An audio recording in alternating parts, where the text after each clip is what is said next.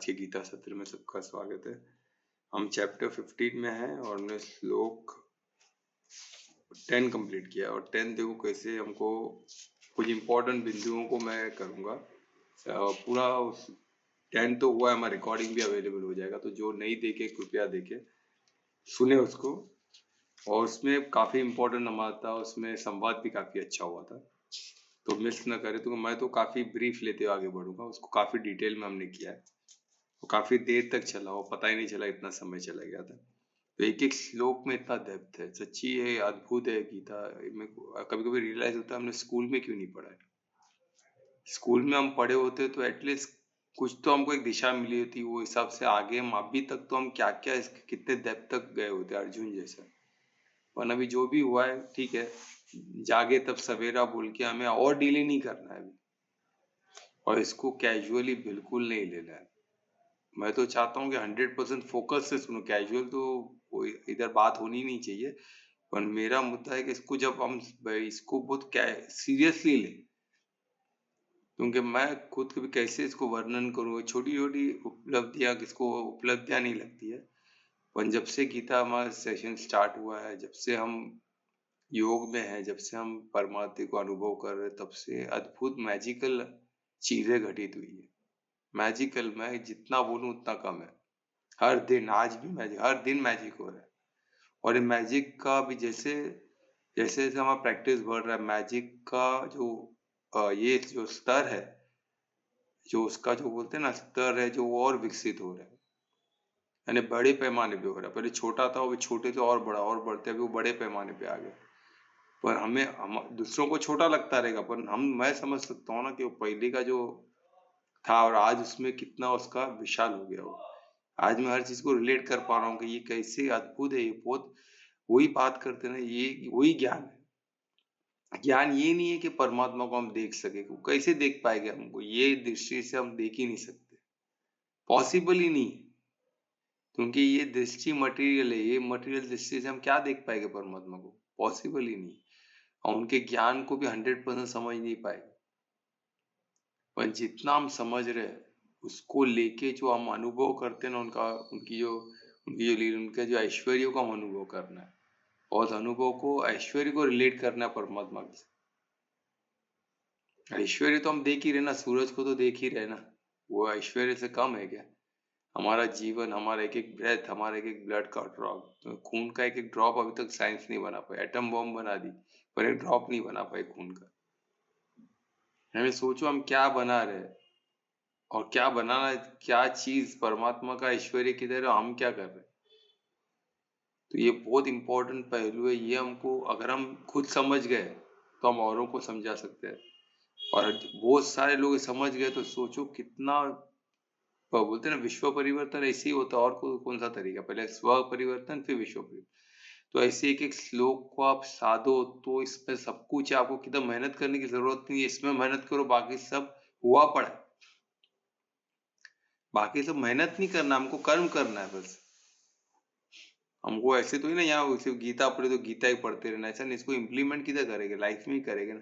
गीता पढ़े उसको अनुभव, ये स्थूल हो गया, ये तो शब्द है, इस शब्द को हम लाइफ में देखेंगे ना करते हुए, तो उसके लिए हमें लाइफ दिया गया है, उसको ज्ञान को इम्प्लीमेंट करके अनुभव करने के लिए। लाइफ का उद्देश्य ही वही है।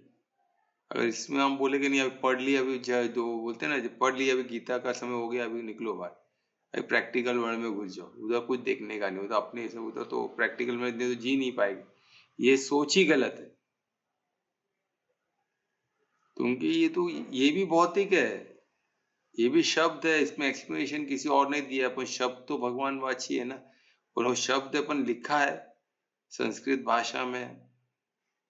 शब्द का अपना लिमिटेशन है, मैं पहले ही बता चुका हूँ, शब्द का अपना भावार्थ उससे और पर, ये बोलते समय कृष्ण के भाव क्या थे, उसको सुनते समय अर्जुन के भाव क्या थे, वो विपरीत हो गए, शब्द जैसे तो ही ना हो गए। शब्द में हम वो शब्द के अर्थ से हम वो भाव तक नहीं पहुंच सकते। हम जो भाव क्रिएट कर रहे हैं वही भाव हमारी स्थिति है, वही हमारा रीच है, वही हमारा, उतना ही हम रीच कर पाए, समझ जाने।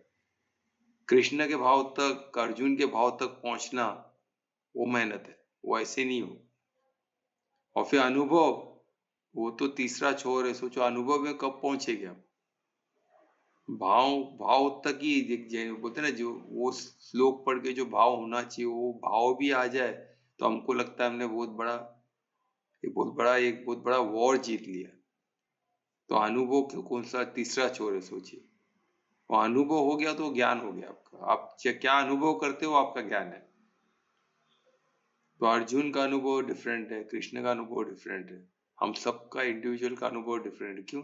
उसके पीछे का हम प्रयास क्या है, हमारी स्थिति क्या है, हमारा एफर्ट्स कितना है, हमारा फोकस कितना है, क्या हम क्या ये ज्ञान हम किस तरह उसको परसीव कर रहे हैं, ये सब मैटर कर। और यही तो मेहनत है। 14 चैप्टर में वही था। 15 चैप्टर तो आपको तो आता है बोल के 15 चैप्टर है। 15वां चैप्टर कि आप यहाँ तक सब समझ गए। अगर हमने सादे नहीं है तो 15 चैप्टर का इम्पोर्टेंस इतना नहीं लगेगा। मैं लिख के देता हूँ, जो लोग 14 चैप्टर तक सादे नहीं है या सुने नहीं है, उसको इम्पोर्टेंट एकदम सीरियसली लिए नहीं है, उनको 15 चैप्टर भी 14 चैप्टर जैसे ही लगे। हर चैप्टर है वैसे ही लगे, कुछ फर्क नहीं दिखने वाला है। पर जो इंसान ने साधा है, साधा उसके लिए 15 चैप्टर बोलते हैं ना, क्या होगा आप सोच लो। तो ये पुरुषोत्तम योग है। योग परमात्मा से अद्भुत है। तो हमको ये योग यानी क्या होता है, ये कनेक्शन, यही थ्रू कनेक्शन, यही योग है। इसी योग की बात गीता में हो रही है और कोई योग नहीं, और किधर कनेक्शन नहीं। सब जगह का कनेक्शन कट करना है। जैसे वो कल्प वृक्ष के जो नीचे जितना चाहिए हमको, किधर से कुछ नहीं चाहिए भाई। एक भी डाली अगर जमीन पे रूट बन के फंस गई है तो वहां से कुछ ना कुछ प्राप्ति होगी, और उधर हमारा मन भटकता रहेगा। मन हमको उधर लेके जाके छोड़ेगा। तो प्राप्ति तो होगी, क्योंकि जब रूट में तो न्यूट्रिशन वहां से मिलना चालू हो जाएगा, बहुत कुछ मिलेगा। पर वो सब मटेरियल है। वो जो स्पिरिचुअल नहीं है, वो आपको किधर भी आपको आगे गति आपकी नीचे की तरफ ही हो। तो ऐसा ही अद्भुत चैप्टर है। ये चैप्टर के लिए आप जो लोग फर्स्ट सेकंड थर्ड सब चैप्टर नहीं सुने, वो कृपया रिकॉर्डिंग अवेलेबल है, आप सुनो। क्योंकि तभी ये 15 चैप्टर का इम्पोर्टेंस मालूम पड़ेगा। तभी ये चैप्टर इतना इम्पोर्टेंट रहेगा कि आप, और इसमें जो प्राप्ति होगी अद्भुत होगी। मैं जो छोटी छोटी अब प्राप्ति देख रहा हूँ उसी से मैं हिल गया हूँ। अभी वो सब मैं बोलने को बोल सकता हूँ, परंतु शायद वो इतना तुम लोग को मैटर नहीं करे। तो मेरे को मालूम है ना, मैं जो इतने साल से मेहनत कर रहा हूँ जो चीज पाने के लिए।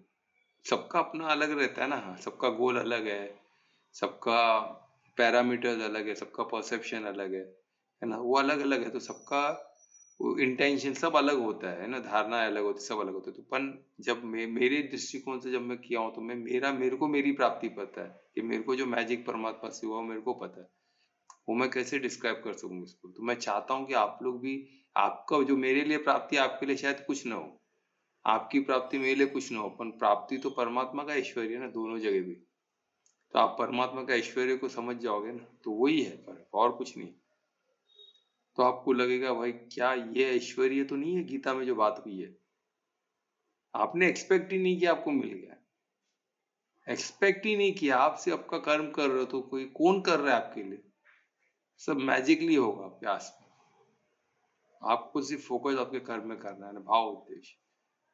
तो आपको धीरे धीरे उसका अनुभव होगा, भले छोटा ही सही, पर हुआ ना, किसी ने तो किया ना। कौन वो शक्ति क्या है?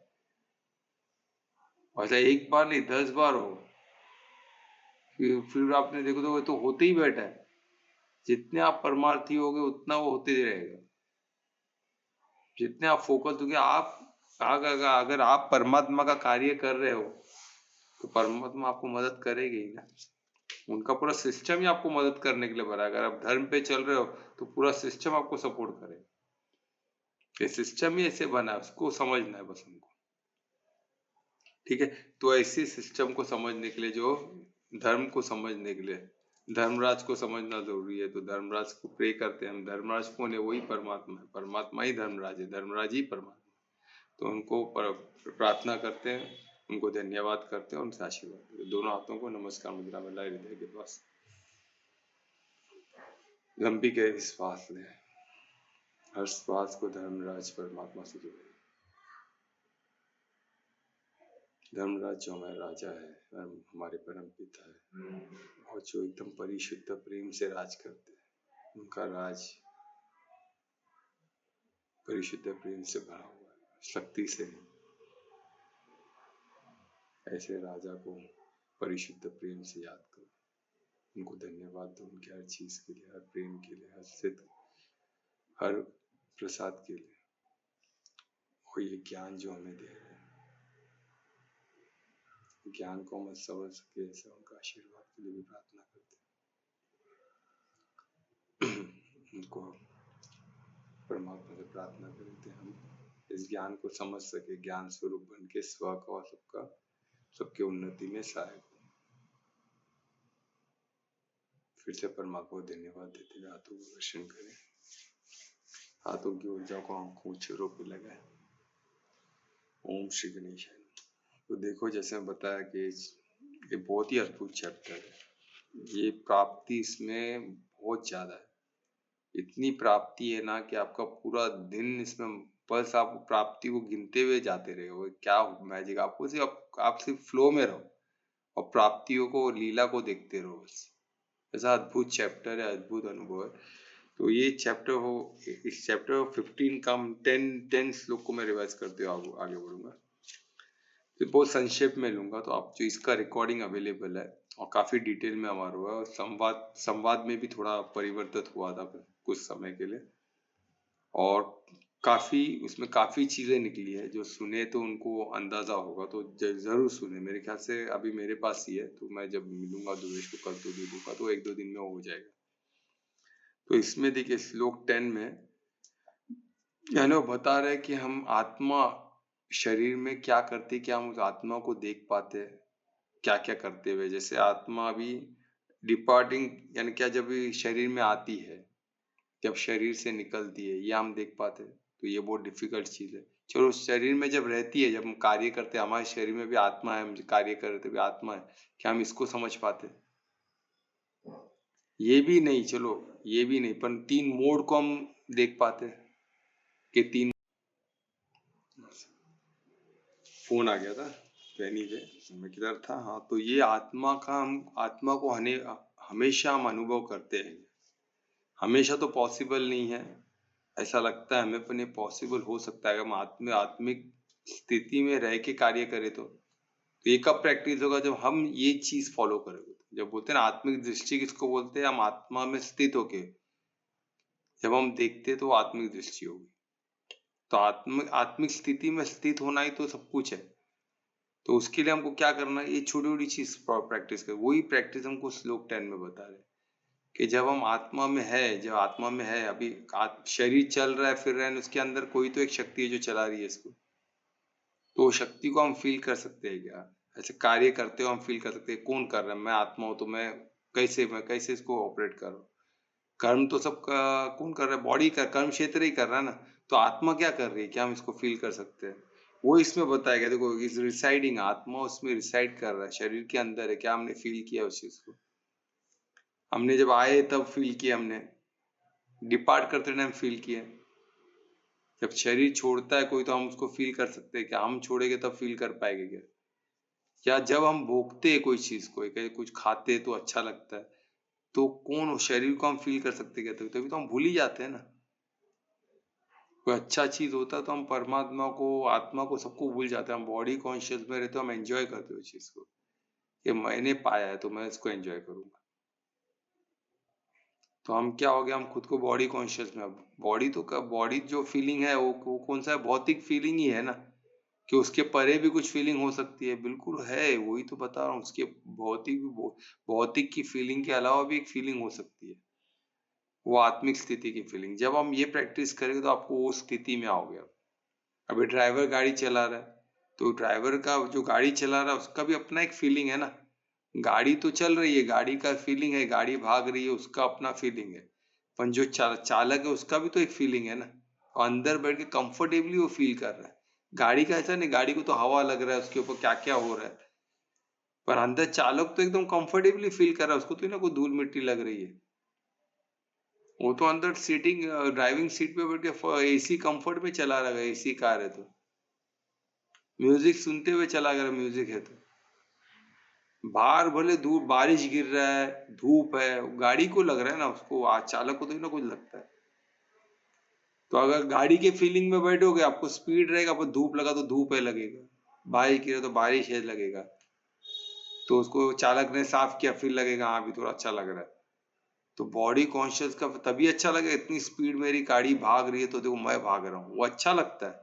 वो उस पर तकलीफ कितना, अगर आप ड्राइवर बैठ के देखो तो कोई तकलीफ नहीं, आप कुछ कर ही नहीं रहे, आप सिर्फ दिशा दे रहे हो, चल रहा है वो गाड़ी। पर उसका भोग, वो जो भोग है वो परफेक्ट है, उसको जो कितना प्यारा रहेगा। किसको भी गाड़ी बनने में इंटरेस्ट है क्या इधर? किसी को नहीं है, कौन रोड पे भागेगा? चालक बनने में सबको इंटरेस्ट है, चालक छोड़ो, वो उसमें पीछे बैठ के एंजॉय कर, कोई ड्राइवर चलाता हो तो और अच्छा है, हमको, हम तो और एंजॉय करेंगे, पूरा ध्यान हम देख सकते हैं क्या हो रहा है बात। तो ये सब चीज को ही समझना एडवांस में है। जो एडवांस में हम जाएंगे यही स्टेट को है, क्या हम चालक बन सकते हैं, क्या हम चालक भी हम किसी, अगर चालक यानी कौन हो गया, सारथी, अगर सारथी हम कृष्ण को बना देते तो अर्जुन की तरह पीछे बैठ के एंजॉय कर सकते हैं। तू कर भाई, जो करना है तू कर, मैं कुछ नहीं कर। तो ऐसा अद्भुत ये चीज है, ये स्थिति को समझना होगा हमको, यही चीज में वो संक्षेप में बताया गया है। इसमें सिर्फ जस्ट शुरुआत है, वो बीच हमको डाल रहे हैं हमारे दिमाग में कि बीच किस तरह सोचना है। ये शुरुआत का प्रैक्टिस है, फिर जब हम जाएंगे एडवांस में तो हम वो सब महसूस करेंगे, है ना। तो ये प्रैक्टिस से करो, जब करते हो आप कार्य, आत्मा शरीर में है तो आप क्या महसूस कर रहे हो आत्मा को। जब आप कुछ खाते हो तो आत्मा को महसूस कर रहे हो, क्या आपको लगा आप ही खा रहे हो, आप ही चबा रहे हो, आप ही पचा रहे हो, ऐसे लग रहा है आपको? क्या आत्मिक आत्मा, आत्मिक स्थिति में आके आप एंजॉय करो, देखो ड्राइवर बन के एंजॉय करो, फिर साक्षी बन के एंजॉय करो, निमित्त बन के एंजॉय करो। वो सब अलग अलग स्टेज है, आपको वो सब स्टेज में जाना होगा, सबका अनुभव कर। सिर्फ बॉडी बन के बैठे रहोगे तो कभी तरक्की कब होगी? और वो सबसे वर्स्ट है, सोचो ना गाड़ी भाग रहा है रोड पे, आप खुद को गाड़ी समझो तो क्या क्या आपको परेशानी होगी। इधर खड्डा है तो धम हुआ, नीचे गंदा है तो गंदे के ऊपर से आप ही चल रहे हो, बारिश गिरा तो आप पे बारिश गिरा है, धूप है तो आप पे गिर रहा है, धूल मिट्टी सामने है तो आप पे लग रहा है। अंदर चालक तो कितना फर्स्ट क्लास बैठा हुआ है ना। तो वो हमको समझना है, तो वो इसमें बताया गया कि आप क्या हो, आप क्या खुद को सोच रहे हो, तो आप हर जगह आत्मा को फील कर रहे हो क्या, भोगते समय हर समय, तो उसी को बताया गया। और इसमें बताया गया अगर आप कर रहे हो तो, अगर ये चीज को आप नहीं कर रहे हो यार, और इसमें मोड भी आप देख सकते हो कौन से मोड में ऑपरेट करता है, तमो रजो सतो, ये मोड किस मोड में वो गाड़ी चल रही है या ये शरीर चल रहा है, मोड को भी आप एक आत्मिक स्थिति से देख पा रहे हो। अगर आप आत्मा को नहीं फिर तो मोड आपको समझ में ही नहीं आएगा, क्योंकि हम ही कर रहे हैं ना, कर्ता भाव में हमको कुछ समझ में, हम ही कर रहे हैं। हमको ये नहीं लगा कि ये बॉडी चल रहा है, बॉडी कर रहा है, कर्म क्षेत्र ही है, और एक 3 मोड में ऑपरेट करता है। क्योंकि ये चीज समझेंगे कि जब आप आत्मिक स्थिति में रहेगा, तो इसको अनुभव करना होगा। अभी हम एज अ थियरी समझ चुके हैं, तो इसको अनुभव तो करना पड़ेगा। पर हमारा भाव क्या है उस पर डिपेंड करता है, हम इसको बोले क्या है तो सिर्फ ज्ञान है भाई, इसको इसको सिर्फ पढ़ो, इसको प्रैक्टिकली लाने की कोई जरूरत नहीं, पॉसिबल ही नहीं, कोई तो बोलते पॉसिबल ही नहीं है। इसको जब प्रैक्टिकली करते बैठोगे तो भूखे मरोगे। मैं इधर बोल रहा हूँ कि ये देख के मैंने प्राप्ति इसी से सीखा है, इससे प्राप्ति जो हुई है वो अद्भुत हुई, अभी तक का मेरे को इतनी प्राप्ति कभी नहीं, जो छोटी छोटी प्राप्ति इतनी मैजिकल कभी मैंने फील नहीं किया। छोटी छोटी है पर बहुत मैजिकल है, और अभी उसका स्तर बढ़ते बैठा है। तो यही हम, क्योंकि हमारा जितना वही तो भाई, ये चीज को अनुभव करना बहुत इंपॉर्टेंट है ना। तो ये अगर ये किसको, जो मूर्ख है उसको नहीं समझ में आए, क्योंकि मूर्ख क्या करेगा, वो किधर पड़ा रहेगा, इसमें लिखा है जो मूर्ख है यानी जो अज्ञानी है, वो उसे नहीं देख पाएगा आत्मा को, उसको लगेगा मैं ही बॉडी हूँ, मैं ही कर रहा हूँ। वो कभी कर्म क्षेत्र को कर्म करते हुए नहीं देख पाएगा, वो मानेगा ही नहीं कर्म क्षेत्र, तो खुद को ही बॉडी, खुद को बॉडी मान रहे तो कहाँ से देख पाएगा, पॉसिबल ही नहीं। पर ये कौन देख सकता है? जो इंसान जो ज्ञान स्वरूप है, जो ज्ञान दृष्टि से, आत्मिक दृष्टि से देखता है, वो इसको देख सकता है। या तो ज्ञान दृष्टि या तो आत्मिक दृष्टि। आत्मिक दृष्टि और ज्ञान दृष्टि, आत्मा में स्थित होना है यानी ज्ञान स्वरूप होना। तो ये कौन सी ज्ञान की बात हो रही है? डिवाइन नॉलेज की बात हो रही है ना। तो ये डिवाइन नॉलेज में ये नॉलेज ही वही है कि हम आत्मा है, उसको समझना, उसको रियलाइज करना, यही तो नॉलेज, यही तो ज्ञान है। फिर क्या आत्मा समझ के फिर परमात्मा से योग, है ना, जो पुरुषोत्तम योग। तो यही ज्ञान है। तो यही ज्ञान में ये तो सबसे केंद्र बिंदु है इस ज्ञान का। तो वही इसमें समझाया गया था श्लोक 10 में, जो इतना इंपॉर्टेंट है। ठीक है, तो श्लोक 10 हमने बहुत डिटेल में किया है, डोंट मिस इट। इसके कुछ इंपॉर्टेंट पॉइंट और भी है, पर ये आप लोग सबको रिकॉर्डिंग में मिल जाएगा। तो मैं इसमें डायरेक्ट अभी हम आगे बढ़ते हैं, तो श्लोक 11 में बढ़ते हैं। तो कौन श्लोक 11 रिसाइट करने वाला है? मैं कर रही हूँ सर। हाँ, तो मैं रिक्वेस्ट करूंगा कल्पना को कि श्लोक 11 रिसाइट। हरे कृष्णा। यतन्तो योगिनश्चञ्चम् पश्यन्त्यात्मनैव स्थितम् यतन्तोऽप्यकृतात्मानो नैनं पश्यन्त्यचेतसः।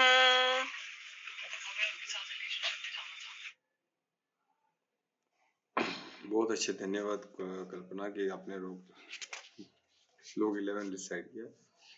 और ये कितना इम्पोर्टेंट श्लोक है, देखिए इसमें अभी इसमें पूरा फोकस अब इसमें यही बताया गया कि जो मेहनत करते हैं ना, कि हम मेहनत करते हैं कुछ पाने के लिए, वो मेहनत वाकई में इम्पोर्टेंट है, बहुत इम्पोर्टेंट है।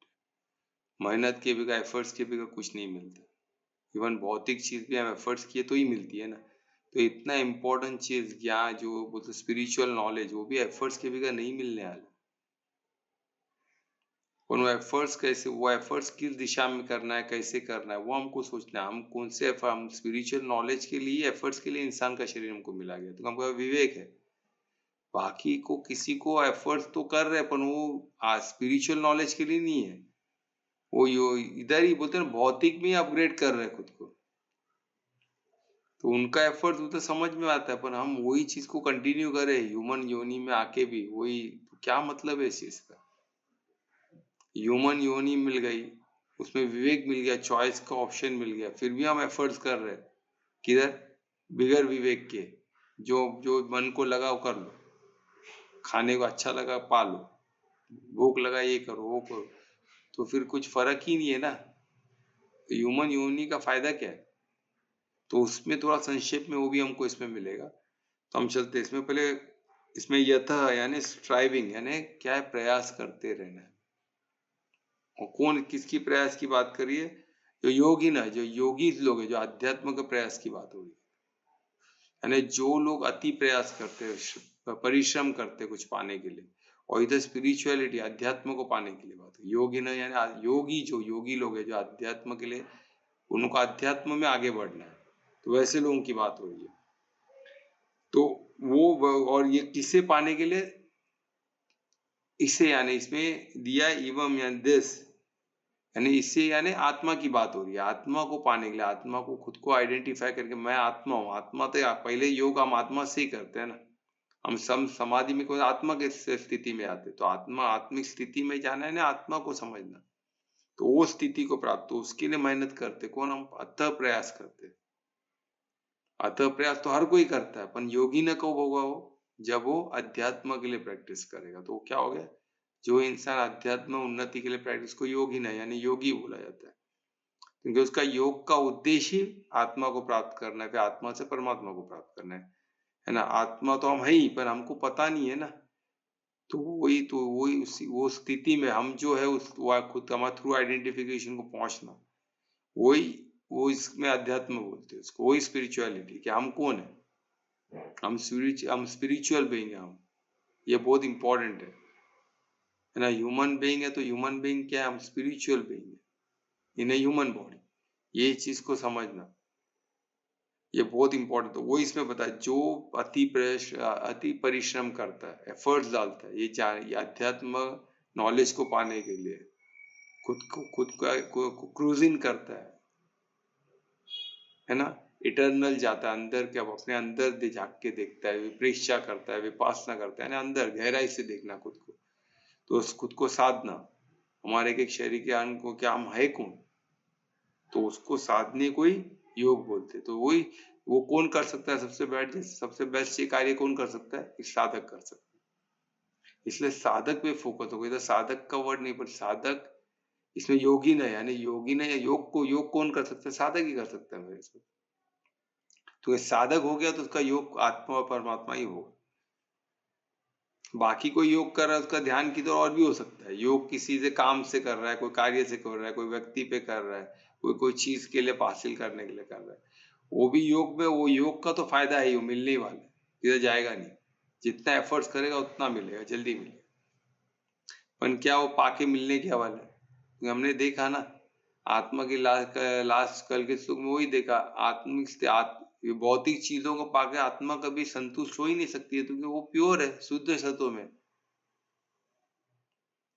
वो कभी वो रिलेट एक्चुअली आप पहले लड़ रहे थे वो खुद, और रॉन्ग आइडेंटिफिकेशन है ना, खुद को बॉडी समझ रही है, पर है कौन, सोल, आत्मा जो प्योर सत्व में, तो वो भले उसको मिल भी जावे तो उसको भोग नहीं सकता, क्योंकि वो उसका वो फील्ड ही अलग है, वो अलग क्षेत्र की है, उसका स्तर अलग है, और उसको जो मिल रहा है वो अलग स्तर की चीज है, अलग क्वालिटी की चीज है, वो उसको एंजॉय कर ही नहीं सकती। पर वो क्या है, हमको योग माया से सब अदृश्य, हमको नहीं पता चलता, तो वो इसलिए इसमें हमको कितना भी हम उलझते रहे तो क्या हम उलझते ही रह जाएगा, तो हमको क्या करना है, हमको प्रयास सही जगह पे करना है, अध्यात्म में करना है, और उसमें लिखा पश्चिंत यानी देख सकते हैं, जो अति प्रयास जो योग में अध्यात्म के नॉलेज में मेहनत करते हैं, वो आत्मा को देख सकते हैं, किधर देख सकते, अपने ही शरीर के अंदर, आत्मा नहीं, यानी हमारे शरीर आत्मा को अपने शरीर में ही देख सकते हैं, जो बॉडी में ही है ना, बॉडी के कण कण में कौन उसको चला रहा है ना, पर उसमें फिर क्या होना पड़ेगा, स्थित शरीर में ही स्थित है वो, आत्मा के बाहर नहीं है, शरीर में ही स्थित है, और शरीर उसके अंदर स्थित है, आत्मा नहीं किधर स्थित है, शरीर उसके अंदर स्थित है। अगर आपने विस्तार बढ़ा दिया तो उसके अंदर आ गया, विस्तार को छोटा कर दिया तो बाहर रह गया, तो वो क्योंकि ये चित्त को वही आपको समझना है कि जो आत्मा की जो शक्ति है, जो कॉन्शियसनेस की जो शक्ति है, वो अपार है, उसको हम एक बोलते हैं ना, एक बिंदु स्वरूप में भी ला सकते हो, उसको विस्तार भी दे सकते, हमने विस्तार दे दिया तो हमारा ओरा तक पहुंच गए, तो बॉडी उसके अंदर हो गई। अगर जब हम बॉडी को उसके अंदर रखते तो सोचो बॉडी का फिटनेस क्या लेवल पे रहेगा आत्मिक स्थिति में। तो इस चीज को हम वेलनेस के लिए, हेल्थ के लिए, स्वास्थ्य के लिए यूज कर सकते हैं, बिल्कुल यूज कर सकते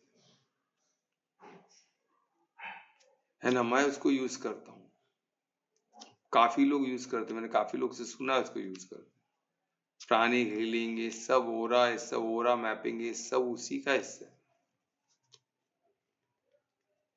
है ना, रेकी वेकी सब उसी में, वो जो कॉन्शियसनेस का जो विस्तार है उसी को, उसी पे तो होता है, और क्या है। तो ये इसमें ये बताया कि ये एक प्रयास आध्यात्म में प्रयास करने वाला योगी या साधक, वो इसे देख सकता है, आत्मा को इसी शरीर के अंदर, ये आत्मन यानी शरीर में या शरीर के अंदर देख सकता है, क्योंकि उसी के अंदर है, वो इसमें बता रहा है ना। पर यद्यपि पर उसमें स्थित होना पड़ेगा, और नहीं तो यद्यपि क्या बताया, यद्यपि आत्म साक्षात्कार के बिना रह जाता है, क्यों, अगर मन प्यूरिफाइड नहीं हुआ तो।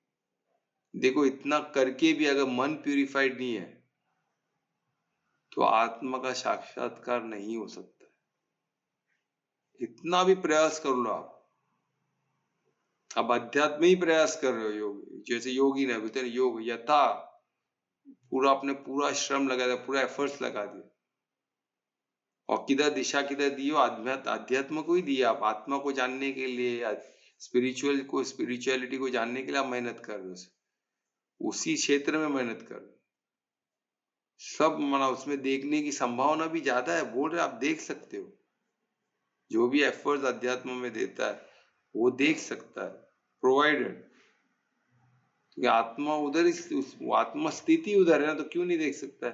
पण प्रोवाइडेड आपका मन प्यूरिफाइड है, मन कल्चर्ड है क्या। ये बहुत जरूरी है। अगर मन कल्चर्ड नहीं है, मन डेवलप नहीं है, मन फिट नहीं है उस चीज के लिए, तो कैसे दिखेगा। आप खुद सोचो ना, दिख ही नहीं सकता। आत्मा स्थिति अति सूक्ष्म है आत्मा, और प्योर सतो में है। तो एक तमो माइंड, एक तमो, अगर तमो में चल रहा है, मोड में ऑपरेट हो रहा है बॉडी, तो वो आत्मा को कैसे समझ पाएगा। पॉसिबल ही नहीं है। तो वो इसमें बता रहे कितना अद्भुत, देखो कैसे लेके हमको, कैसे एक स्टेप बाय स्टेप हमको लेके आ रहे। देखो अब उसके बाद बताए ना, उसको ये यानी उसको देख ही नहीं सकते। यानी इधर तो ये बताया कि प्योर आत्मा को देख सकते हैं, पर आत्मा को सिर्फ प्योर करना पड़ेगा, आत्मा को सिर्फ डेवलप करना पड़ेगा। और वो बिल्कुल देख नहीं सकते। कौन उसको देख ही नहीं सकते, कौन, जो अज्ञानी है, जिसका आत्मा डेवलप्ड ही नहीं है। इधर पॉसिबिलिटीज है, तो किसी हमको क्या करेगा, थोड़ा सा आत्मा को प्यूरिफाई करना पड़ेगा, थोड़ा आत्मा को आत्मिक स्थिति में स्थित होना पड़ेगा, तब ये पॉसिबल है। इसमें थोड़ा सा मन जीत हो गए तो हो जाएगा कार्य। पर जिसको मन का ज्ञान ही नहीं, मन को खुद को ही मन समझाए, खुद को ही बॉडी समझाए, उसके लिए पॉसिबल नहीं है। कितना भी एफर्ट्स डाल दे, आज स्पिरिचुअलिटी में डाले। हम देखते हैं ना, कितने लोग मंदिर मंदिर घूमते हैं, आपको देखो, जब आप देखोगे उनको, तो उनका पूरा जिंदगी उसमें ही गया है। हर चीज का उन्होंने जो पूरा रेशियो था 5 का 11 का, सब कंप्लीट किया है। और 40 50 साल उनका अध्यात्म में रहा है, तो भी उनको आत्म साक्षात्कार नहीं हुआ। क्यों? बिकॉज मन प्यूरिफाइड। और ऐसा इंसान जो कि आत्मा का दूर हो, कुछ ज्ञान ही नहीं है, उसके बाद जीरो अज्ञानी है, उसको तो क्या होगा, उसको तो कुछ हो ही नहीं सकता है। अगर सब कुछ करते हुए भी अगर मन प्यूरिफाइड नहीं है, डेवलप नहीं है, विकसित नहीं है, तो नहीं होता है। तो जो इंसान का मन, तो क्या स्थिति है मालूम है, जो अध्यात्म के जगत में ज्ञान के लिए कुछ मेहनत ही नहीं किया, ज्ञान स्वरूप बनने के लिए, ज्ञान हासिल करने के लिए कुछ एफर्ट जीरो दिया है, तो वो इंसान का तो कुछ हो ही नहीं सकता, उसको कुछ नहीं मिलने वाला, वो कितना भी प्रयास कर ले। कि तो उसको सब भौतिक चीज सब मिलेगी, पर वो किसको मिल रही है, कर्म क्षेत्र को मिल रही है। उसको क्या मिल रहा है, उसको कुछ नहीं मिल रहा है। पर वो सबसे बड़ा कंफ्यूजन ये आज, जो शरीर को मिलता है, भौतिक को मिलता है, उसको हम समझ जाते हैं, हम बॉडी कॉन्शियस में, हमको लगता है मुझे मिल रहा है। तो ये सब कैसे हो रहा है, इसको जानना बहुत जरूरी है। ये सब कैसे हो रहा है, क्यों हो रहा है। क्योंकि हमारा जो नॉलेज वो इनफ नहीं है। हमारा जो ज्ञान जो हम हासिल कर रहे हैं आज, वो हमको मानना पड़ेगा वो इनकम्प्लीट है, वो दिशाहीन है, उसका कोई मतलब नहीं है। वो बोलते ना, आउटडेटेड है। वो आउटडेटेड क्या, वो कुछ है ही नहीं। वो नॉलेज के क्षेत्र में ही नहीं आता। अगर हम उसको नॉलेज, वो तो वो चीज का नॉलेज होता है, गलत चीज का भी नॉलेज होता है, इसलिए वो शब्द ही गलत है। ज्ञान तो टॉप का लेवल को ही ज्ञान बोला जाए। और ज्ञान बोले तो it is clear in your understanding कि क्या है, आपने उसको जिया, आपने अनुभव किया, वही ज्ञान में आना चाहिए। बाकी सब ज्ञान में आता ही नहीं है। वो कैसे ज्ञान, जब तक आप उस चीज को समझे ही नहीं, आपका ज्ञान हुआ ही नहीं। तो वही चीज हमको समझना होगा कि ये जो बोलते ना, जो एक्सपीरियंस हम करते हैं, एक्सपीरियंस जो हम डिवाइन का करते हैं, वो एक्सपीरियंस को हम कैसे कर पाएंगे जब हमको ज्ञान ही नहीं, हम डिवाइन को एक्सपीरियंस कर ही नहीं सकते। या सोचो, अब डिविनिटी को कैसे एक्सपीरियंस कर सकते। आत्मा डिवाइन है, परमात्मा डिवाइन है, पर जब आत्मा को हम मानेंगे ही नहीं, इसको बिलीव ही नहीं करेंगे, उसको आउटराइट रिजेक्ट करेंगे, तो कहां से हो पाएगा, नहीं हो पाएगा ना। तो वही हम देख रहे।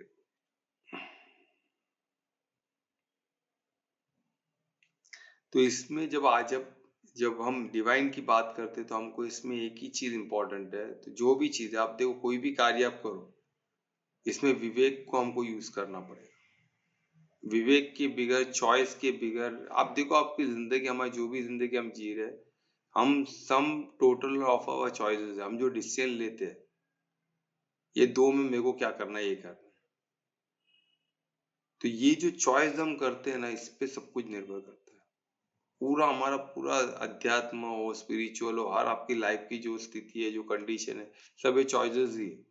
आपने क्या, तो चॉइस हमारा कार्य है, वो कर्म क्षेत्र नहीं करती। तो ये चॉइस कर्म क्षेत्र क्या करता है, कर्म क्षेत्र तो वो जो चल रहा है, वो उसको कुछ वो चालक तो ही ना, वो खुद को खुद नहीं चला सकता है। या तो मन चलाएगा तो आप चलाओगे, वो खुद नहीं चल सकता है। या तो प्रोग्राम, आपने जो प्रोग्राम करके लेगा वो हिसाब से चलेगा,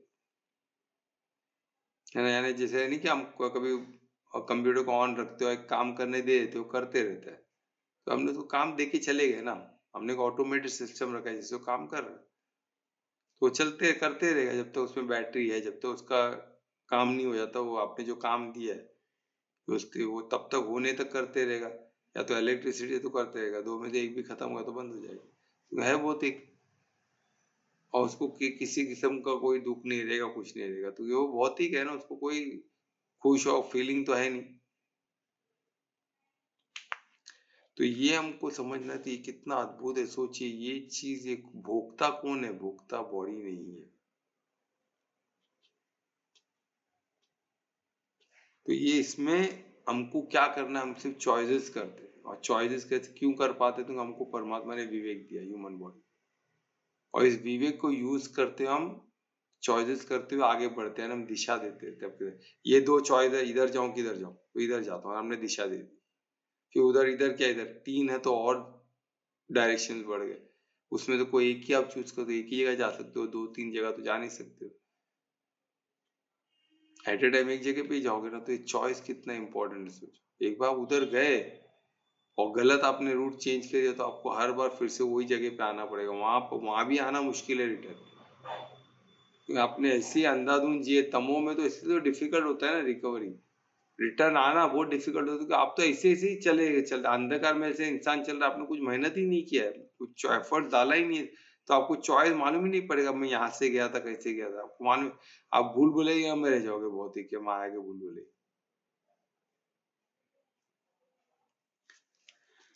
तो ये इसमें, और ये जो भी हम देखना चाहते हैं, अभी हम क्यों नहीं परिस्थिति को, इसमें हम दिशा देते हैं, चॉइस है, सब है।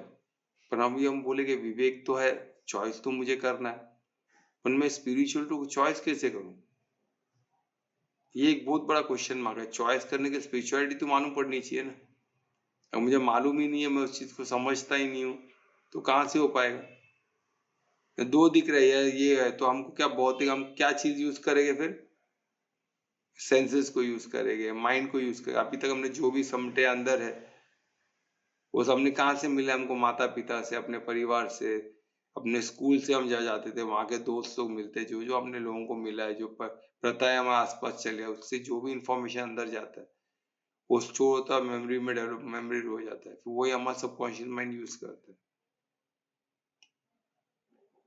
और वही ये प्रस्तुत करता है। और सबकॉन्शियस माइंड का जो भी उसमें गया हुआ है, कौन सी चीज है, वो मटेरियल सेंसेस के थ्रू है। ये पांच इंद्रियों के थ्रू उसको मिला है। तो इंद्रियों को तो हमने देखा नेक्स्ट श्लोक में, वो सब लिमिटेशन है उसके।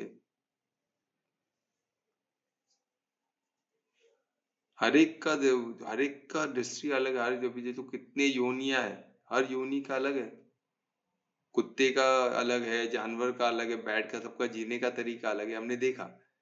तो ये चीज इसमें हमको दिखा, अगर हमें ये सेंसेस को रख के, ये इंद्रियों को रख के हम नहीं देख सकते आत्मा को, स्पिरिचुअल आत्मा परमात्मा से हम देख ही नहीं सकते, हम पॉसिबल ही नहीं, क्योंकि अति सूक्ष्म है सब, तो हम पहुंच ही नहीं सकते, है ना।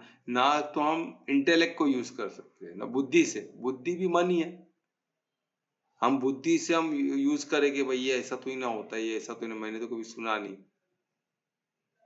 ये इंडियन टाइम तो पुराना है, ना जाने किसने लिखा है, हमको क्या मालूम। लोग आउटरैक मजाक बना देते, मजाक के बोलते हैं, डाउट करते हैं इस पे, ज्ञान पे, नॉलेज पे डाउट करते हैं।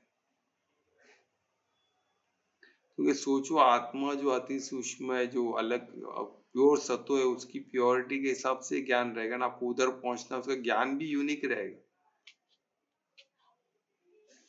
ये चीज को हमको समझाएंगे, इंटेलेक्ट से हम सिर्फ फॉल्ट ही निकाल सकते हैं, तो ये चीज नहीं समझ में आएगा, ये चीज समझना इम्पॉसिबल है, क्योंकि एक्सपीरियंस हमने कभी डिवाइन को किया ही नहीं है।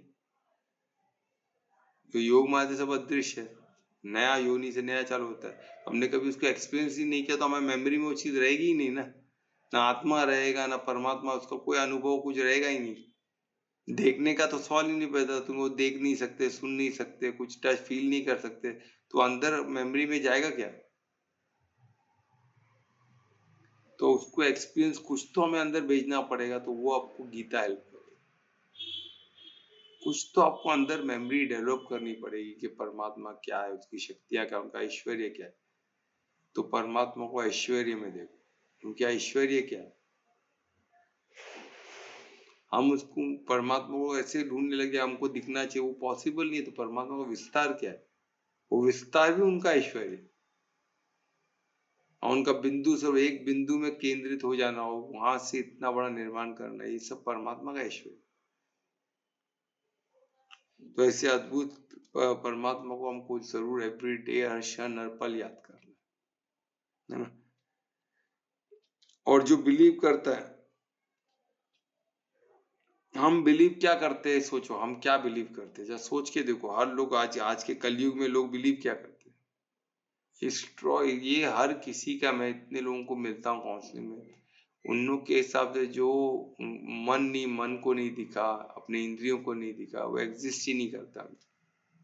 वो मानेगी ही नहीं, बोलेगी क्या ये सब चीज होने वाली बात है? किसी भी एग्जिस्ट ही आपके सामने एक बार बोल भी देगा है, पर पीछे आके मजाक उड़ाएगा हमारे, क्या बात कर रहे हैं, सब पॉसिबल है क्या आज के जमाने में? मैं ऐसे लोग को रोज मिलता हूँ, एवरी डे, एक आध तो मिल ही जाते। तो ये सब क्या बकवास लेके बैठे थे, पुराना सब नहीं होने वाला है। अभी अभी हमको नए मॉडर्न दुनिया में हम जाके आधुनिक, वो ट्राइबल में जाके बात कर, ट्राइबल थोड़ी ना हमेशा सब बात कर, यानी उनको ये सब ट्राइबल लोग का कार्य दिख रहा है। सोचो कि किस लेवल का ज्ञान है, और ऐसे लोग उसको ट्राइबल बोल के उठा के फेंक देंगे, तो उनको आप किस में गिनती करेंगे, किन में गिनती करना चाहिए? तो उनके लिए जो उनके मन और बुद्धि से, मन बुद्धि और सेंसेस से जो उन लोग परसीव नहीं कर सकते, वो उनके लिए एग्जिस्ट नहीं करते। यानी हम इंसान नहीं, हम जानवर जैसे हो गए। तो हम जानवर तो है नहीं, हम इंसान है, तो हम कब उसकी इम्पोर्टेंस को समझेंगे, कब ऐसा जिएंगे? वही तो बहुत बड़ा क्वेश्चन मार्क है।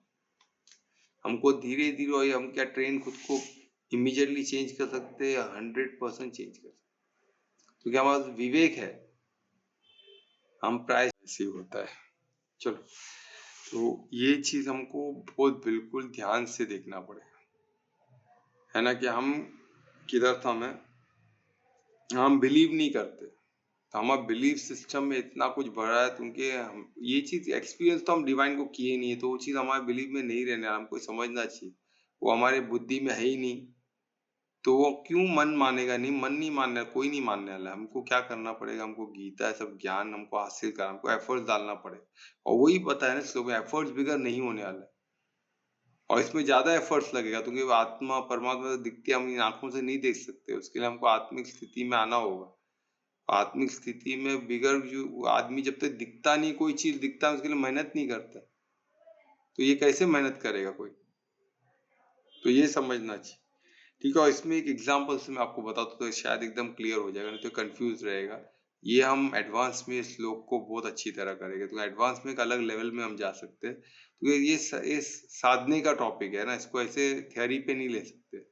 तो इसको एग्जाम्पल से आपको समझेगा इसका महत्व क्या है। एकदम सिंपल एग्जाम्पल है कि जो कहता कुएं का मेंढक, कुएं में उसका जन्म ही उधर हुआ, कुएं में, वो एकदम गहरा कुआं है, वो सालों से उसी में रहे, उसका पैदा, उसके दादा परदादा सब वहीं है, उसने ना कभी वहां बाहर की स्टोरी सुनी है ना कुछ।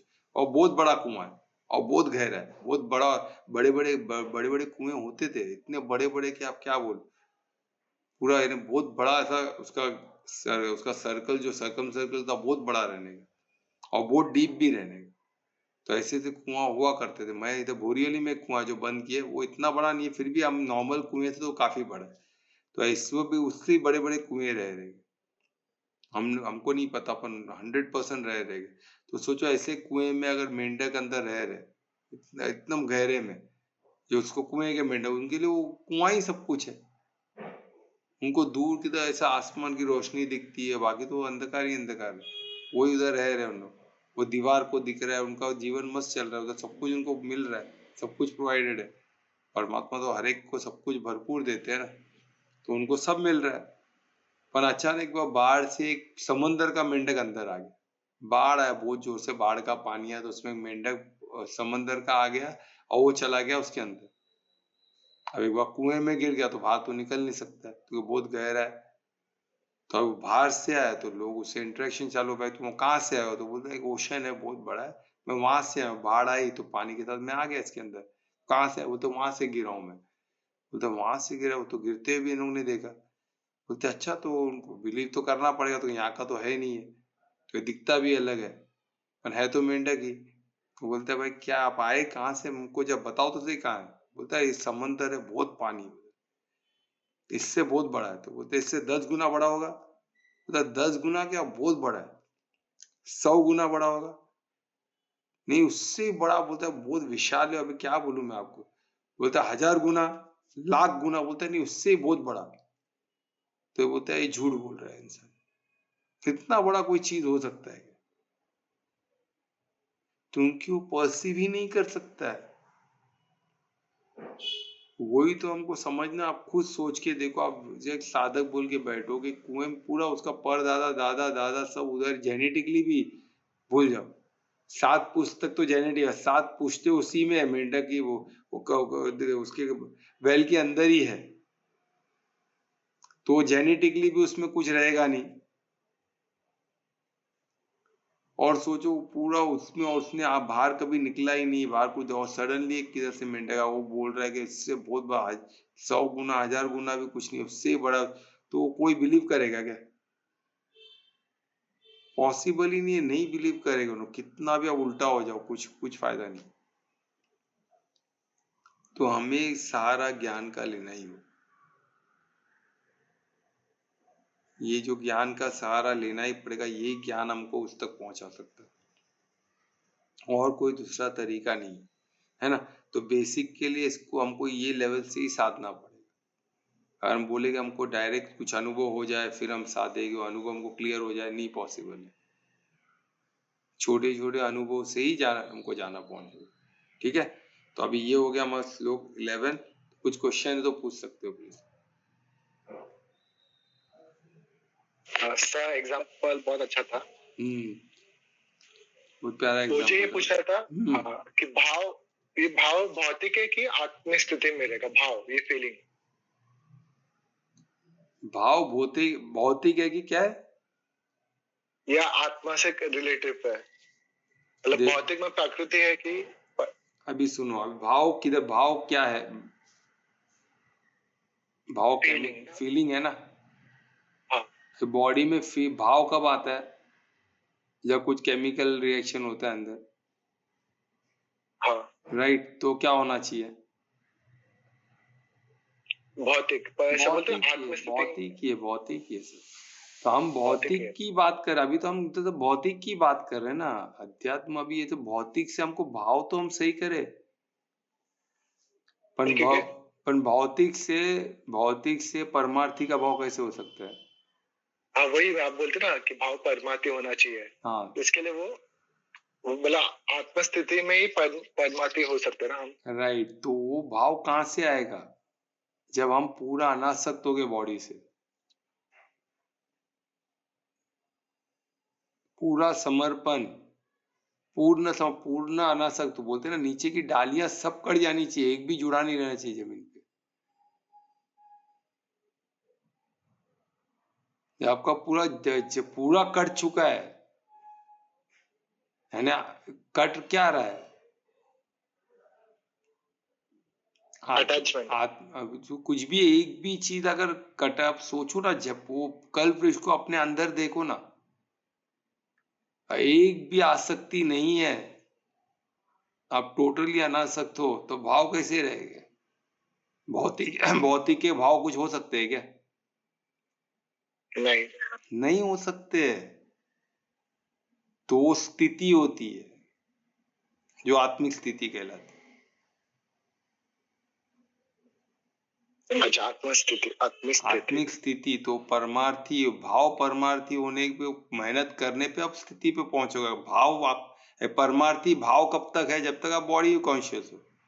जिस दिन आपने सब डाल काट दिया तो वो आत्मिक स्थिति को प्राप्त करोगे। वो स्थिति है, उसमें आपको स्थित रहना है। अच्छा, मतलब भाव परमार्थी करके पे आत्म स्थिति में हाँ, यानी आप घड़ी घड़ी परमात्मा को याद करो, परमात्मा से कनेक्ट करो कि मैं आत्मा हूँ, मैं आत्मा हूँ, मैं आत्मा हूँ। तो आप क्या करो इससे क्या, इससे आप क्या होगा, आसक्ति से आप ये सब डालियों काट रहे हो ना। हाँ सर। ये अनासक्त होना मतलब ये सब डालियों काटना है। एक एक जो जड़ जमीन पे गया हुआ है, जो रूट बन के हमको वहां से प्रोवाइड कर, आपको मिल रहा है ना वहां से। अभी आप कोई भी एक आसक्ति पकड़ो, आप सोचो उधर से आपको कुछ प्राप्ति है क्या? बिल्कुल प्राप्ति है। ऐसा प्राप्ति बिगर हो सकता है क्या? कुछ प्राप्ति नहीं है, ऐसा होगा? कोई भी एक आसक्ति को पकड़ो, वहां से आपको प्राप्ति है। अच्छा बुरा कुछ तो, अच्छा बुरा, बुरा भी होगा। ऐसा नहीं कि अच्छा ही होता है, ऐसा नहीं कि बुरा ही होता है, अच्छा भी होता है। कोई आपकी सेवा में है, कोई आपसे बहुत प्यार कर रहा है, कोई जेन्युइनली आपकी मदद करना चाहता है, हो सकता है ना। हाँ सर। तो वो सब प्राप्ति तो है ना वहां से भी। पर वो प्राप्ति को हमको नहीं लेना, ऐसा है क्या? तो हम क्या बोलते हैं कि हमको क्या करना है? परिशुद्ध प्रेम में रहना है। और ये जो धार्मिक इंसान दिखा उसको हमको मददगार बनना है। तो आप तुम बोलेगे कि अभी तो आपने बोला मदद नहीं, मदद करने वाला भी आसक्ति है। तो हम मदद ले कि नहीं ले, मदद किसको करे कि नहीं करे, क्वेश्चन मार्क होता है कि नहीं होता है? ऐसे क्वेश्चंस आप बनाओ तो ये साधक आप एडवांस में हमको काम आए। यानी इधर क्या बात हो रहा है? कर्म क्षेत्रों को अपना कार्य करने दो, आप अनासक्त हो। आत्मा को अनासक्त, आप घड़ी घड़ी बॉडी कॉन्शियस में आके देखोगे ना, सब गड़बड़ हो जाएगा। कर्म क्षेत्र तो कार्य करेगा ही, नहीं तो जी नहीं पाएगा। उसको खाना खाना बंद कर दो तो मरना चालू हो जाएगा, उसको तो खाना देना पड़ेगा। दिनचर्या में कर्म क्षेत्र को सेट करना ही पड़ेगा। पर अनासक्त होके ड्राइवर गाड़ी चलाता है तो किधर चलाता है? उसको जिधर जाना है उधर नहीं, मन जिधर जाना है उधर नहीं, वो किधर चला है? जिधर परमात्मा ने उसको जो कार्य दिया, ओनर ने, गाड़ी का ओनर कौन है? परमात्मा है। तो वो क्या चाहते मैं वैसे गाड़ी चलाऊंगा, बस पीरियड। धर्मराज की गाड़ी धर्मराज धर्म से ही चलेगी। धर्मराज की गाड़ी अधर्म में चलाओ तो ना चलने वाली है, नहीं चलने वाली है। गाड़ी किसकी है? बॉडी किसका है? धर्मराज का है। इतना वंडरफुल कर्म क्षेत्र है, तो इतना वंडरफुल गाड़ी हमें मिला है, तो धर्मराज की गाड़ी आप धर्म पे चलाओ ना, तभी आपके ओनर खुश रहेंगे। आपके ओनर खुश है तो आप बल्ले बल्ले, पगार वगार सब चालू है। और ऐसा पगार जो कोई इधर दुनिया में दे नहीं सकता आपको। ऐसा पगार, ऐसा जो भी आप बेनिफिट मिलता है, इंसेंटिव जो बोलो, प्रोविडेंट फंड, ग्रेचुइटी, है ना, उसके पेंशन फंड, हर चीज आपको इतना मिलेगा जो आप ये भौतिक दुनिया में एक्सपेक्ट ही नहीं कर सकते। इतना कुछ है। घर मिलेगा क्या भैया? परम धाम मिलेगा क्या घर? आयु कितना मिलेगा? अनंत। ऐश्वर्य, पैसे क्या मिले? ऐश्वर्य मिलेगा। कौन सी ऐश्वर्य? परमात्मा का ऐश्वर्य प्राप्ति होगी। और क्या चाहिए? क्या एक्सपीरियंस करेंगे? दुनिया में जितने लोग हैं सबको आप देख सकते हो, उधर से सबको एक्सपीरियंस कर सकते हो। आप खुद प्रत्यक्ष देखोगे परमात्मा को भी, उनकी लीला को भी, उनके क्रिएशन को भी। सोचो इतना प्राप्ति है। तो ऐसे ऐसे ज्ञान ऐसे ऐसे कार्य करने में तो अभी कुछ क्लियर हुआ ध्रुवेश? हाँ सर, धन्यवाद। हाँ, तो इसको इसको साधो तो सब क्लियर होते हैं। और कोई क्वेश्चन? सर मुझे है। हाँ बोलो ना कल्पना। अगर कोई आत्मिक मीन्स अज्ञान स्थिति में या फिर अज्ञान है वो इंसान, अगर वो कोई कार्य करता है तो पाप में होगा? क्या क्वेश्चन नहीं समझा मैं। अज्ञानवश अगर कोई कार्य कर रहा है तो पाप में होगा क्या? पाप में? हाँ, पाप में ही होगा ना। अगर अज्ञानवश कर रहा है वो। हाँ, तो अज्ञानवश कर रहा है। आज समझो अज्ञानता में एक ने एक का मर्डर कर दिया तो पाप हुआ ना सर। तो उसको सजा मिलेगी कि नहीं? लॉ में मिलेगा। क्या सजा मिलेगी? क्या सजा मिल सकती है बोलो? फांसी या उम्र कैद।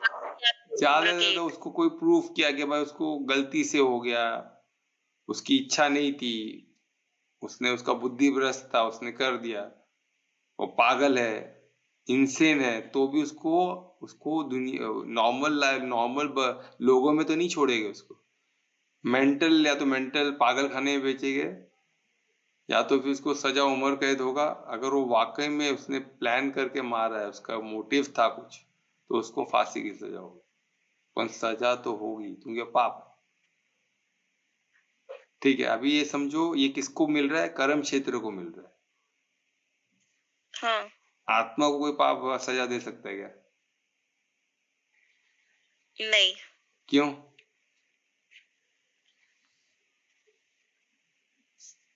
सोच समझ के बोलो, सोचो तो सही।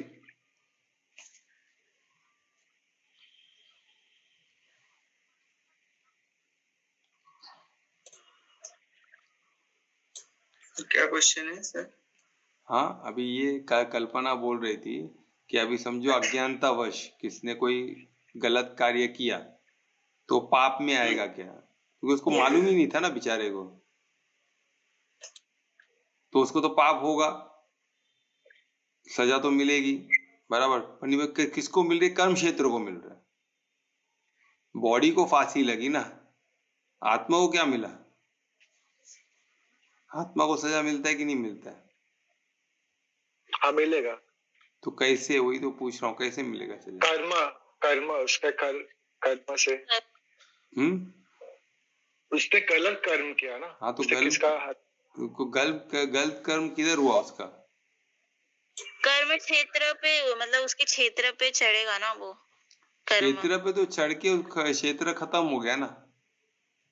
आत्मा को कैसे फिर उसने वो उसके आत्मा पे होगा। फिर आत्मा पे कैसे होगा? आत्मा को हमेशा मिलेगा क्या? कर्म ने कर्म क्षेत्र ने कुछ गलत किया, उसको अगर उसने एक्सेप्ट किया तो वो चीज। हाँ, अगर उसने वो चीज एक्सेप्ट किया तो। एक्सेप्ट किया कि मैंने कर लिया। हाँ। चलो, कौन? आत्मा ने एक्सेप्ट हाँ। किया? हाँ। सोच के बोलो। कमलेश जी समझ में आया ना क्या पूछ रहे हैं?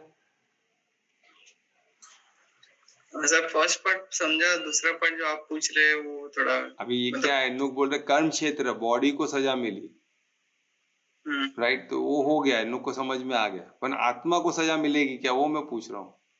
अब मिलेगी तो क्यों मिलेगी, नहीं मिलेगी तो हाँ?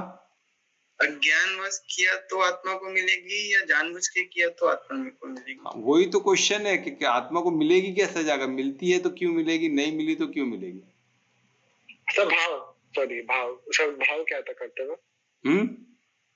आत्मा का मतलब भाव क्या था वो कर? बराबर, परफेक्ट। आत्मा का भाव और उद्देश्य क्या था?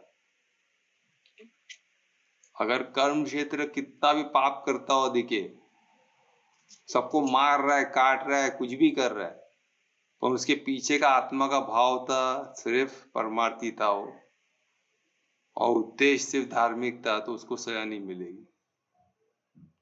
अगर वो अच्छा कार्य कर रहा है, दान दे रहा है सबको, अरे करोड़ों में बांट रहा है, तो उसके पीछे का उसका भाव था स्वार्थ, परिवार, परोपकार, और उद्देश्य था अधर्म, तो भी उसको आप देखा आत्मा को सजा मिलेगी, फिर योनि में आते रहेगा, तो एकदम कठोर, एकदम नीचे की योनि में जाएगा, परम धाम को कभी प्राप्त नहीं होगा। और जो आप देख रहे अर्जुन तो लाखों को मारा उसने, पर उसको परम धाम प्राप्ति हुई, क्योंकि धर्म की स्थापना के लिए मारा, अपने ही भाइयों को मारा, अपने गुरु को मारा। तो कोई भी बोलेगा गलत है ना भाई, कोई गुरु को मार रहा है तो सब ज्ञानी लोग एक से एक बैठे थे, एक से एक ज्ञानी बैठे थे कि क्या गुरु को कोई मार सकता है क्या? गुरु को मारना है ना महापाप है। पर अर्जुन के साइड ने गुरु को मारा, अर्जुन के ही पक्ष साइड ने पितामह को मारा, उनके 100 भाइयों को मार दिया गया, खुद के भाइयों, कजिन्स ब्रदर्स, अपने ही दोस्तों को जो अपने साथ सिके रह गए, सबको मारना पड़ा, उनका कोई गलत नहीं था। उन लोग तो आर्मी में थे ना, उनका क्या गलती है भाई? राजा ने बोला लड़ने, वो लड़ रहे, इनको नहीं मारना चाहिए था, वो बेचारे लोग को छोड़ देना चाहिए था, पर मारना पड़ा। क्यों? क्योंकि अधर्म के साइड पे खड़े थे, उनकी कोई गलती नहीं थी, वो पगार के लिए लड़ रहे बेचारे। सब तो तुम लोग वही बोलोगे ना, वे सोल्जर थे, उधर सोल्जर थे कि नहीं वो आर्मी में, महाभारत में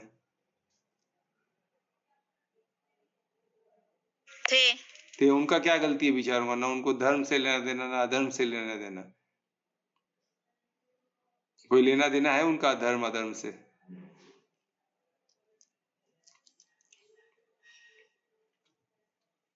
वो तो बेचारे सोल्जर्स है, वो तो राजा ने बोला लड़ो, लड़े, को पगार मिल रहा है, पगार पावती चालू है उनका, पगार नहीं मिले तो पगार नहीं ले तो बेचारे उनकी फैमिली भूखों मरेगी, है ना बेचारे ना।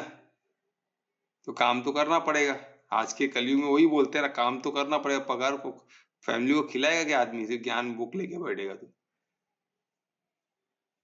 क्या बात करते हो सर आप? आदमी काम नहीं करेगा तो भूखे नहीं मरेगा, उसके बच्चे को आप खिलाओगे क्या? उसके परिवार को कौन खिलाएगा? पगार तो करना, काम तो करना पड़ेगा ना। तो वैसे उन लोग काम कर रहे हैं, तो उन लोग मारे गए ना उसमें, अर्जुन नहीं मारा ना, तो उसको पाप लगेगा कि नहीं लगेगा? अधर्म के साइड है तो लगेगा। हाँ, अधर्मी के साइड से लड़ रहे थे तो फिर उनको लगेगा ना। किनको लगेगा? अर्जुन को पाप लगेगा? अर्जुन को नहीं, सेना मतलब अपोजिट सेना को, जो कौरव के सेना को। तो उन लोग तो मारे गए ना, तो उन लोग का क्या गलती था? बेचारों लोग पगार पावती के लड़े, उनको क्या धर्म अधर्म से लेना देना है?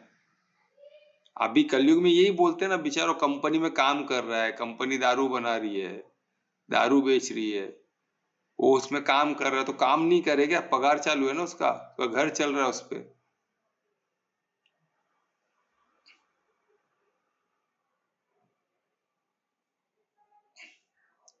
तो सोचो अच्छे साधु। सर अंधा और बहिरा तो थोड़ी ना था, बस और बस यही बात है, उसको योनि कौन सी थी? मनुष्य योनि थी उसके पास, उसने ज्ञान क्यों नहीं हासिल किया? आसपास मौके परमात्मा सबको देता है, किसी न किसी को निमित्त बना के भेजता है। हमारे सबके पास निमित्त बोल के कोई ना कोई आया था ज्ञान के लिए, हमने उसको लात मारा कि उसको ठोकर मारा कि हमने उसको एक्सेप्ट किया, उसको पलकों के बिठा के वो ज्ञान सुना, हमने क्या किया उसका, वो निमित्त का? क्योंकि परमात्मा का निमित्त था ना, उसको हमने क्या किया? हमने उसकी दूरदशा की कि उसको रेस्पेक्ट करके हम ज्ञान सुने, हमने क्या किया? वो इम्पोर्टेंट है ना। ज्ञान परमात्मा कोई ना किसी को निमित्त बना के भेजता ही है, वही तो लीला है परमात्मा की, किस तरह। और इंसान को ही भेजेगा, कोई जरूरी नहीं है इंसान के थ्रू, व्यक्ति के थ्रू, कोई इवेंट के थ्रू, कोई वस्तु के थ्रू ज्ञान हमको कंटिन्यू समझाता है। सूरज के थ्रू, सूरज हर बार रोशनी इतना देता है, फिर रात को जाता है आता है, ये सब कहाँ कैसे हो रहा है? सब कोई तो एक शक्ति है ना। इतना कॉमन सेंस अगर इंसान के पास नहीं तो विवेक काय का है? वो इंसान ही नहीं, वो जानवर है फिर। और ऐसे माता पिता जो ऐसे बच्चों को ज्ञान नहीं देते वो भी पाप के भगदार है, वो माँ पापी में कहलाएगी। यह उनको रियलाइज नहीं होता, हमको रियलाइज कराना पड़ेगा। माता पिता खुद को बच्चों को पालते तो खुद को ग्रेट समझते हैं, मेरा बेटा है, मैं जो चाहे कर सकता हूँ। अरे काय का जो चाहे कर सकता हूँ, ये तुम्हारा है ही नहीं। कर्म क्षेत्र परमात्मा का है, तुम सिर्फ तुम आत्मा हो। तुम्हारा भाव उद्देश्य क्या है वो बच्चे को पालने में? मेरा मेरा करते रहोगे तो बर्बाद खुद भी होगे, उसको भी बर्बाद कर दोगे। वही हो रहा है। आज हम इतने परिवारती हो गए कि हमको समझ में ही नहीं आ रहा हम क्या कर रहे हैं। बिल्कुल समझ में नहीं आ रहा इतना। वही उससे तो निपट मूर्ख बोला गया है ना, अज्ञान को निपट मूर्ख। अज्ञानता निपट मूर्खता की निशानी है। उससे हमें बचना चाहिए और लोगों को बचाना चाहिए। तो हमको सिर्फ ज्ञान स्वरूप बन के ही जीना है और हमारे पास कोई ऑप्शन नहीं है। सिर्फ ज्ञान स्वरूप बन के भी हम जी गए ना, हमने हमारा कार्य कर दिया, भले हम किसका मदद नहीं करें, न धन से न कुछ, बस हम ज्ञान स्वरूप बन के जिए, वो अपने आप में बहुत, क्योंकि उसमें चॉइस की जरूरत नहीं है ना।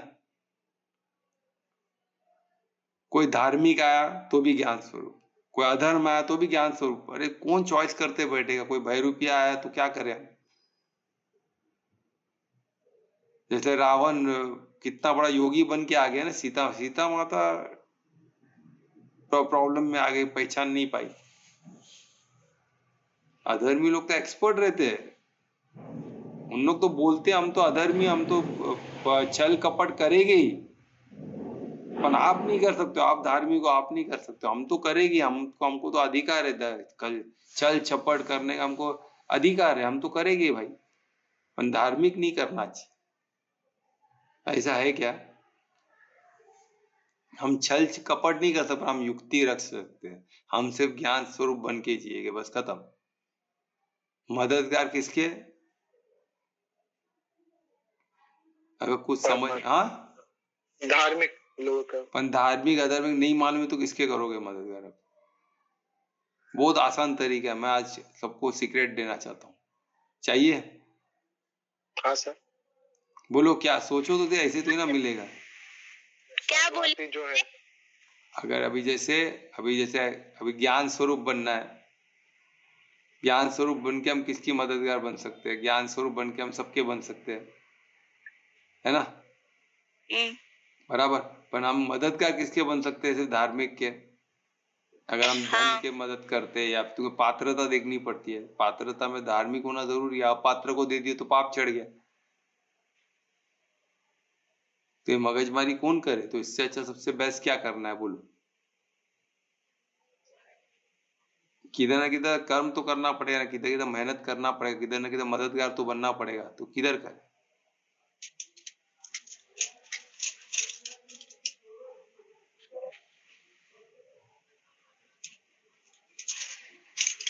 सबसे बेस्ट त्याग देना। हाँ, त्यागना। त्याग तो हम त्यागेंगे ना, इधर त्याग की बात ही नहीं हो रही है। इधर मैं तो किसके मददगार हम बने? त्याग अलग चीज है। परमार्थियों के भाव हो गया। मैं क्या बोल रहा हूँ कि अभी आपको मदद, अभी जैसे मैं बोला मददगार ज्ञान स्वरूप बन के करो, तो ज्ञान स्वरूप किसी को तो मदद करने का आपको दिल करेगा ना। आप क्या धन समझो, दुर्वेश आपके पास 10 करोड़ आ गया, कहां से? गोप गोपी का नहीं था? हाँ, गोप गोपी का। हाँ, गोप गोपी का कौन? गोप गोपी का कैसे मालूम पड़ेगा? शायद उसको, जिसको उतना विवेक या वो नहीं है, जो अधर्म धर्म के बारे में उसको पता, जैसे जानवर। Very good. प्रकृति और ह्यूमन में किसको? बहुत अच्छे कमलेश जी, देखो इसको बोलते हैं साधक। बहुत अच्छा है, साधने से होता है। साधो, वेरी गुड। यानी जो जानवर जिसको मुंह नहीं है बेचारे, उन लोग तो अपने प्रोग्राम, उन लोग प्रकृति के पार्ट है। प्रकृति को आप बिंदास मदद कर सकते हो। पेड़ लगाना, प्रकृति को मदद करो, उसमें वो आपको उसमें पुण्य ही पुण्य है। गाय को खिलाओ, गाय गौशाला खोला, पुण्य ही पुण्य। बोलो और क्या? और एक अपने ह्यूमन में किसको कर सकते हो? कमलेश जी सोचो, आप पकड़ लोगे लगता है। खुद को, स्वयं को। वेरी गुड, स्वयं तो हम है ना, और कौन? वेरी गुड कल्पना, खुद को सोचे तो सही। वेरी गुड, खुद को। तो हमारे कर्म क्षेत्र को तो हम मदद कर सकते हैं। Very good. और कुछ हमारे कर्म क्षेत्र के अलावा? देखो कल्पना ने मेरे को हेल्प की, मैं तो कर्म क्षेत्र का खुद का तो सोचा ही नहीं था। खुद को भी हम मदद कर, खुद के मददगार तो हमको बनना है। सबसे पहला स्व परिवर्तन, यानी खुद का हमारे कर्म क्षेत्र को मदद करना। Very good. तो ये देखो मेरे को आइडिया मिला ना, ये संवाद का यही महत्व है। मैं जो बिंदु सोचा नहीं उसने कल्पना ने बता दी, कमलेश जी ने बताया जो मैं बिंदु सोचा नहीं। प्रकृति विकृति भी आती है ना, वो सब। अभी कौन सा? अभी मैं ह्यूमन की बात कर रहा हूँ, अभी कौन है इसमें बताओ फटाफट। बुजुर्ग। हाँ, बुजुर्ग। बुजुर्ग, एल्डर्स। हाँ, एल्डर्स में कौन? मीन जिनका कोई है नहीं। अरे पण वो धार्मिक है, अधर्मिक कौन? रावण थे, वो बुजुर्ग थे, 300 साल के ऊपर जिए थे। धार्मिक। हाँ धार्मिक। हाँ, तो कैसे मालूम पड़ेगा? वो रावण अगर ये बन के आ गया तो साधु, सीता माता नहीं पहचान पाई तो क्या करोगे? छोटे बच्चों को, बच्चों को, अरे ये तो भूल ही गए। प्यारे प्यारे बच्चों को। बच्चे तो मेन है पहले। बच्चे भगवान के रूप है, उनको पकड़ो। हमारे कर्म क्षेत्र के उन लोग, ये हमारे जो क्या बोलते हैं, हमारे सनातन धर्म के कोर है। और सेकेंड कौन है बताओ? स्त्रियां। हाँ, Second स्त्री, स्त्री है ना? Feminine energy. फेमिनिन एनर्जी को कल्टीवेट करो। हम पुरुष में भी है और मेल में भी है। फेमिनिन एनर्जी को कल्टीवेट करने के लिए जो आपको धन खर्चा करना है वो कर सकते हो। फेमिनिन एनर्जी, मैं फेमिनिन बॉडी की बात नहीं कर रहा हूँ, मैं लड़कियों की बॉडी की बात नहीं कर रहा हूँ, मैं फेमिनिन एनर्जी की बात कर रहा हूँ, जो अष्ट ऐश्वर्य है। ठीक है, ये हम एडवांस में वो डिटेल में करेंगे तो आपको एक दिशा मिलेगा कहाँ मदद कर सकते हैं। ठीक है, बच्चों का तो प्यारे हो तो तुरंत याद आना चाहिए था, तो ठीक है। पर याद तो यार सबको लग रहा है कि मिस किया बच्चों को। हाँ सर, वो क्वेश्चन से मुझे रिलेट ही नहीं हुआ। रिलेट ही नहीं होता बराबर, तुमको वो बच्चे बहुत प्यारे होते हैं ना। बच्चे इतने प्यारे होते हैं, वो परमात्मा के स्वरूप ही होते। क्वेश्चन के साथ मैच नहीं हुआ मेरा। मुझे मालूम था होता है पर सबको बच्चे हैं। बच्चों पे आप मेहनत करो, इसलिए गुरुकुल वही है। गुरुकुल को बच्चे जो माँ बाप के पास फंसे उनको वहां से निकालना है, तो माँ बाप उनके लिए फिट नहीं है। माँ बाप ही सबसे बड़े दुश्मन हो गए बच्चों के। सबसे बच्चों को बर्बाद करने में सबसे बड़ा हाथ माँ बाप का है। तो ठीक है, देखिए खत्म हो रहा है। एक और है, इधर से आया। राम छुट्टी जाती। सर आपका आवाज सब म्यूट कर दे।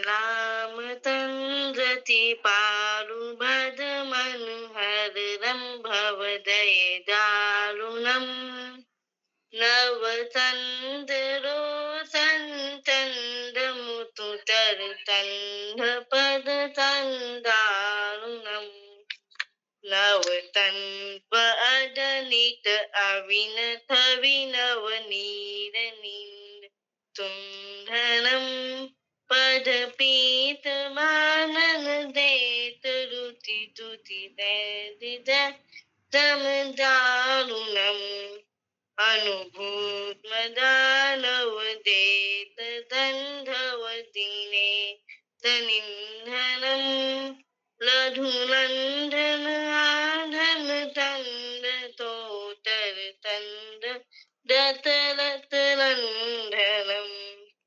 ते मुथुत तुंधर तीरथ तालु उधारी अंधनि भूतलम अनुभूत मताव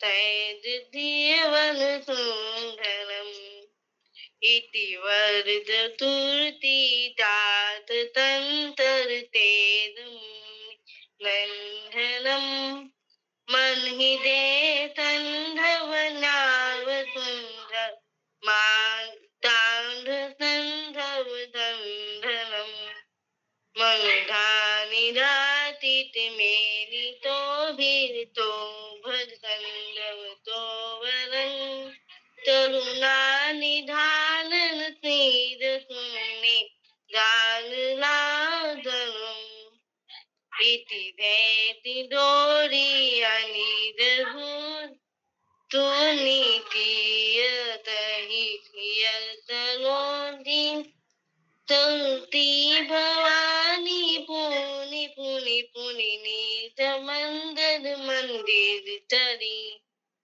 दो दानी तोई अनुतूर दिए दिया हर जाए न तोई मंदर मूरत मूर्भान अनिरोपण लद्धान तियावर नाम चंद्र दीजे जय राम। बहुत अच्छे कोमल, बहुत अच्छा आपने गाया। और एक चीज और बोलना तो रह गया, अभी देखो परमात्मा ने याद करा, अभी जानवरों को, जैसे कमलेश जी ने बोला था, जानवरों को हमको सपोर्ट करना, पर उनको हमको मददगार बनना है, उनको घर पे लाके उनका नाश नहीं करना है ना। कोई कोई पेट पालते कुत्ते बिल्लियों को, उनको मददगार नहीं कर रहे, वो अपना खाना खिलाओ, उनको फ्री छोड़ना। पक्षियों को पिंजरे में बंद करके रखना, वो मदद नहीं हुआ है ना। उनका सोचो, पक्षियों को इतना उनका विस्तार, उनका जीवन का ये विजन क्या, उनका इतना वो विशालशील देखने के आदि, एक झटके एक सेकंड में उन कहां से कहां उड़ जाते हैं। उनको एक छोटे से पिंजरे में बंद करके रखना कितना बड़ा पाप है। कुत्ते को एसी में रखते, उसको किडनी ट्रबल हो रहा है, क्या क्या हो रहा है, लोग क्या क्या कर रहे हैं। जानवरों को घर के अंदर अपने साथ नहीं पालना है, उनको उनको उनका अपना फ्रीडम देना है, उनको उनके एनवायरमेंट में रखो, है ना। अगर कर सको तो उनके एनवायरमेंट में उनको मदद करो, वो पॉसिबल है। घर पे लाके नहीं, घर पे लाके हम उनको बिगाड़ देंगे तो उनको उनका नाश करेंगे, ये गलत है, वो मददगार नहीं हुआ, है ना। ये एक पॉइंट था। तो बहुत अच्छा कोमल आपने गाया। तो अभी कीर्तन भी करोगे तुम महामंत्र का? महामंत्र करो। हाँ तो महामंत्र, तो कोमल को रिक्वेस्ट करो महामंत्र करने के लिए।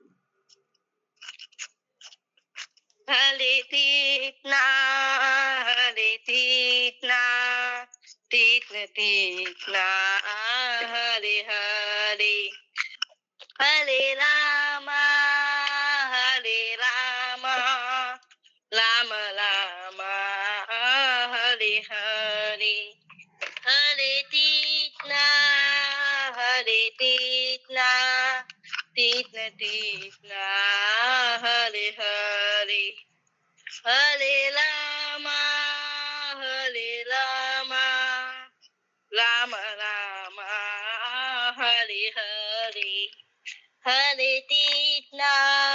हरे तीक्ष्ण तीक्ष्ण हरे हरे हरे राम राम राम हरे हरे हरे तीक्ष्ण तीक्ष्ण हरे हरे हरे राम राम राम हरे हरे हरे तीक्ष्ण तीक्ष्ण हरे हरे हरे राम राम राम हरे हरे